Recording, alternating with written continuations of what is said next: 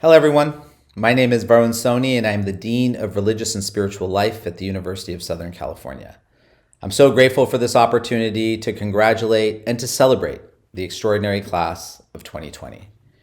Each year, as part of our commencement exercises, we host on campus our Baccalaureate service, which is the university's interfaith and intercultural celebration of graduating students. Because we cannot meet in person for our annual Baccalaureate service this year, it's more important than ever to take a moment for blessing, insight, and reflection. This is normally my favorite time of the year, as campus is filled with hope and possibility and renewal. But this year, our season of commencement has been marked by a shared sense of loss. The loss of ritual, the loss of ceremony, and most of all, the loss of each other. But even as we honor this feeling of loss, we must also embrace all that we have gained. Our graduating students have gained the critical and creative skills, experiences, and wisdom necessary to earn a degree from one of the most prestigious universities in the world.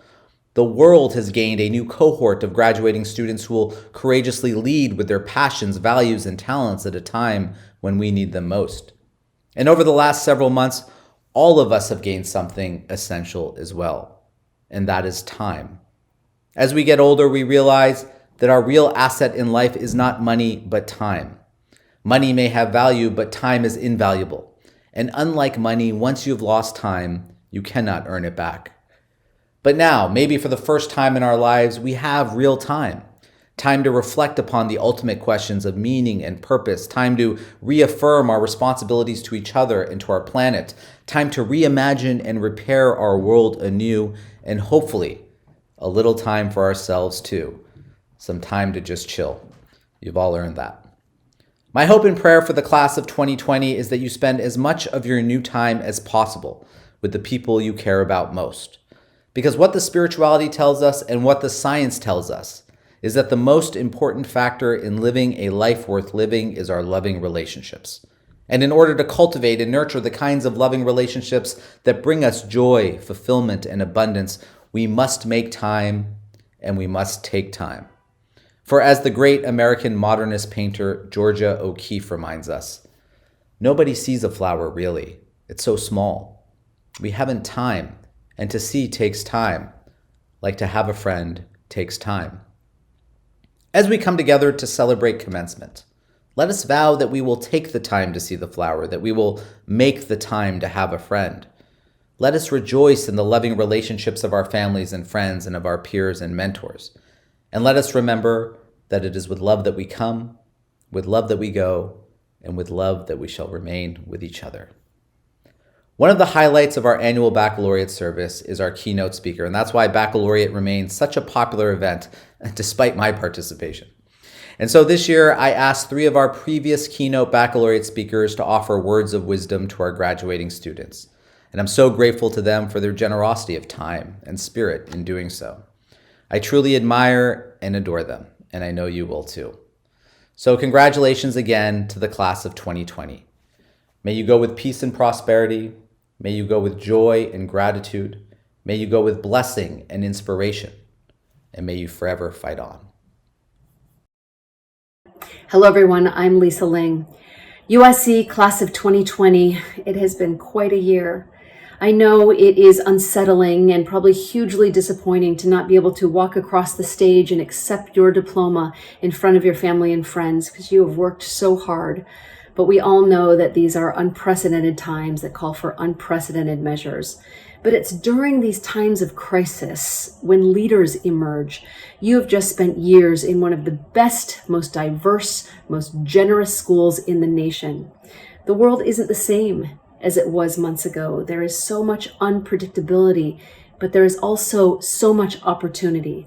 There has never been more of a need in the world for smart, conscious, and compassionate young people to right so many of the wrongs that have been happening in the world in recent years. There has never been more of a need in the world for you. USC class of 2020. You are our greatest generation. Remember that. And with greatness comes responsibility. But that is what being a Trojan is all about. In the words of His Holiness the Dalai Lama, who's right there over my shoulder. The goal is not to be better than the other man, but your previous self. Every day, think as you wake up. Today, I am fortunate to be alive. I have a precious human life. I am not going to waste it. USC Class of 2020, my most heartfelt congratulations to you. Hello there, Trojans. Greetings. This is me, Rainn Wilson. Apologies for the grimy hat and sweatshirt and beard, but that's life under quarantine. Congratulations on your graduation and on this beautiful baccalaureate celebration as well. Listen, I wanted to share a few thoughts about happiness. I've always had a problem with the word happiness.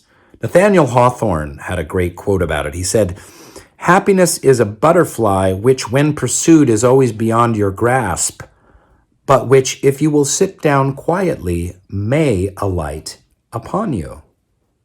I love that idea of happiness. And we live in a country where it's in our Constitution, our Bill of Rights, our Declaration of Independence. It's in our national genes, life, liberty, and the pursuit of happiness. But how can you pursue something that's just beyond your grasp, that's ineffable, uncatchable, unsustainable, but may alight upon you? Well, the ancient Greeks had it right. They didn't really have a word for happiness, but they had a phrase, eudaimonia, which substituted for happiness, which is the closest translation means human flourishing. Human flourishing.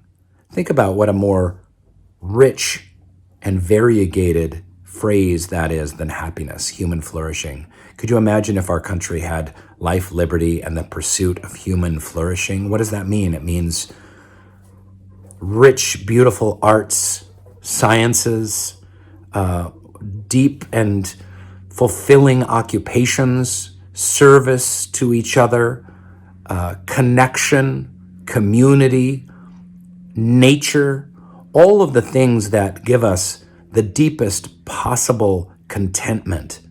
That is eudaimonia. So as you leave the hallowed grounds of USC and make your life's journey, I task you with pursuing not happiness, which is ineffable, like a butterfly, but eudaimonia, human flourishing. Much love.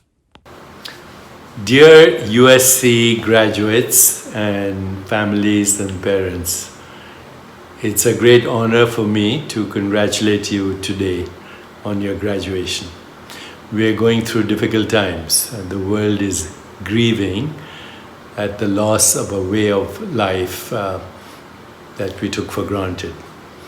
And so we are having an unusual graduation as well.